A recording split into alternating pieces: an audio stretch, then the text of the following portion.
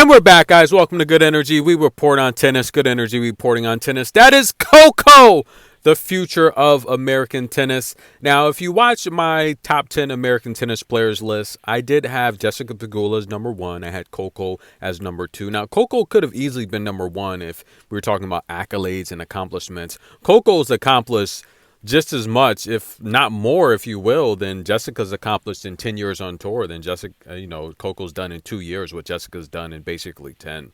So, yes, Coco could have been number one on the list, but the reality is I did like just how Jessica does overall with her consistency in tournaments. But this is a tournament, and I'm glad that, look, I don't know if her advisors have been hearing what I've been saying for the last year and a half, 2 years.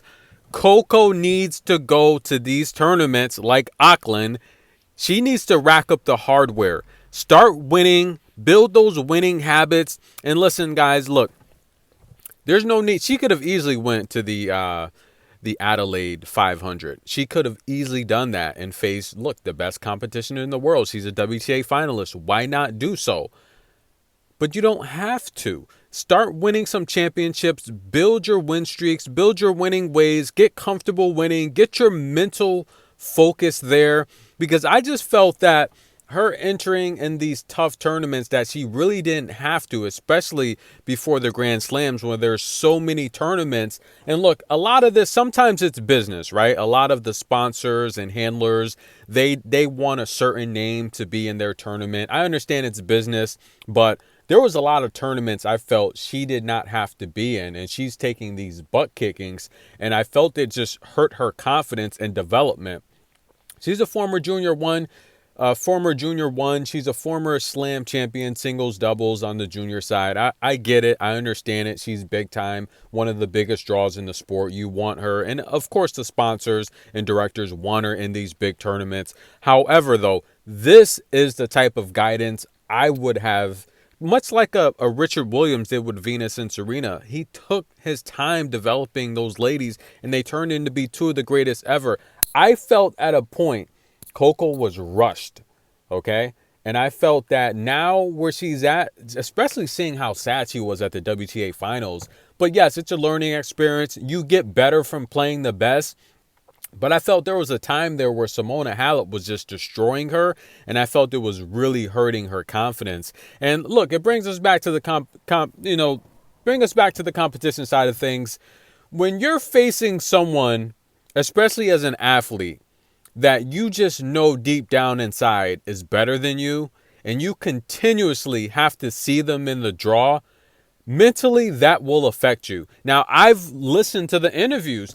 Listen to the time where the interviews where Coco was asked about the match versus Iga in the finals, and then look at the interview where they played in Miami. You understand? It's ruining her confidence. Now she knows deep down inside that's a tough match, and for her to win that match, something drastically is going to have to change. A lot of times with athletes, people have to understand. Athletes resort to their tendencies, right? It's much like human behavior and tendencies.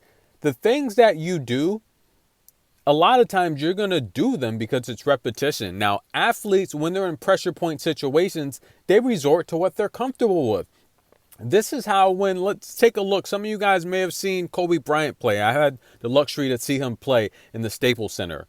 Kobe Bryant was so good that a lot of coaches would have some strategy such as, look, let the rest of the team beat us. Kobe's going to score 30 to 40 points. He's going to do what he can do. We can't stop him.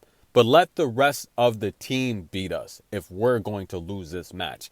A lot of times when you're facing someone that's great, you can't just come out here and say, hey, I'm going to do this strategy and win the match. It doesn't work that way. Great players are great players for a reason. I'm not sure if you guys had the chance to see Michael Jordan play, but Michael Jordan did what he wanted on a nightly basis whenever he felt like it, okay?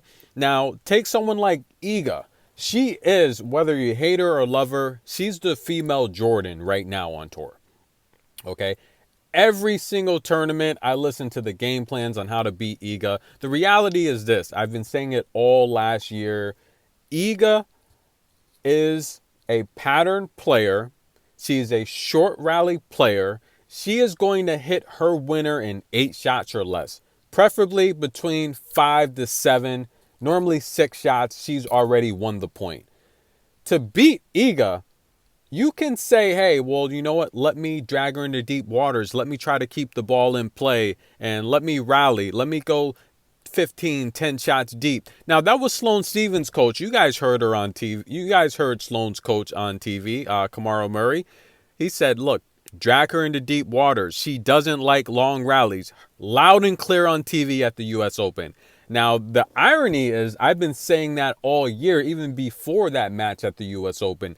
That's how you beat Iga. You have to get her because she's looking to hit her winner in 8 shots or less. If she doesn't get that winner, her game plan, her pattern, her strategy, okay, now you're just playing tennis, okay?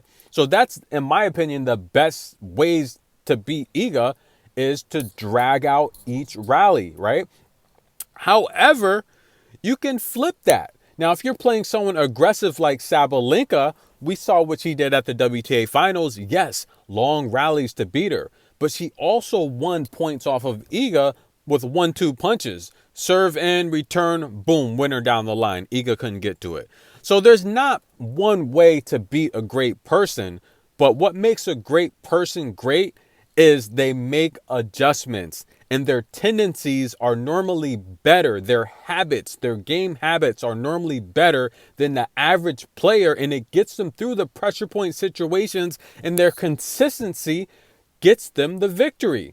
So when we're looking at a lot of these great players, strategy, look, it takes time to implement a strategy to take down a great player.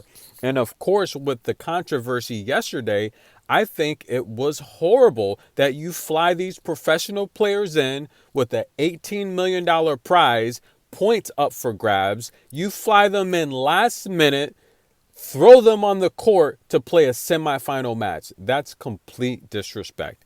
And classy Jessica Pegula had the class and dignity to acknowledge what a lot of fans already knew, you know? So just keep that in mind, guys. But the reality here is Coco Gauff, this is the winnable match. Danka Kovinic has been playing very well. She had the chance to end Serena's career. Couldn't quite do it. But Coco, look, I think the handling of Coco in 2023, I think it's going to be a lot better than what we saw. Because you saw a hurt teenager at the WTA finals that was very sad. She was very sad and hurt. Her feelings were hurt. And she needs to be handled a lot better because she is the future of tennis. I felt she was rushed. But now that she's thrust into the spotlight, she needs to start racking up championships and confidence by playing these types of tournaments. This is her tournament to lose, to be honest with you. And stay tuned because this match is getting good in the second set. Kovinic is not going away.